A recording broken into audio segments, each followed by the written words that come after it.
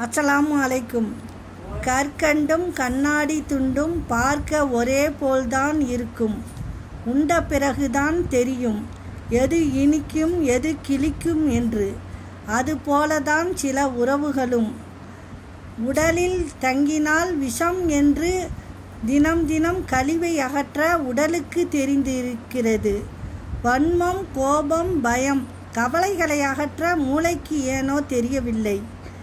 பிறருடைய மனதை கவர்வது நம்முடைய அழகோ அறிவோ அல்ல. நாம் பழகும் விதமும் பிறரை நாம் மதிக்கும் விதத்தில்தான் அமையும். உன் அன்பை அலட்சியப்படுத்தும் நபரிடம் இருந்து விலகியே இரு. மீண்டும் சென்று அவமானப்படாதே. வேண்டாம் என்று தூக்கி எறியப்படும் குப்பை அல்ல. உன் அன்பு வேண்டும் என்று தவம் இருந்தாலும் கிடைக்காத அரிதான பொக்கிஷம்.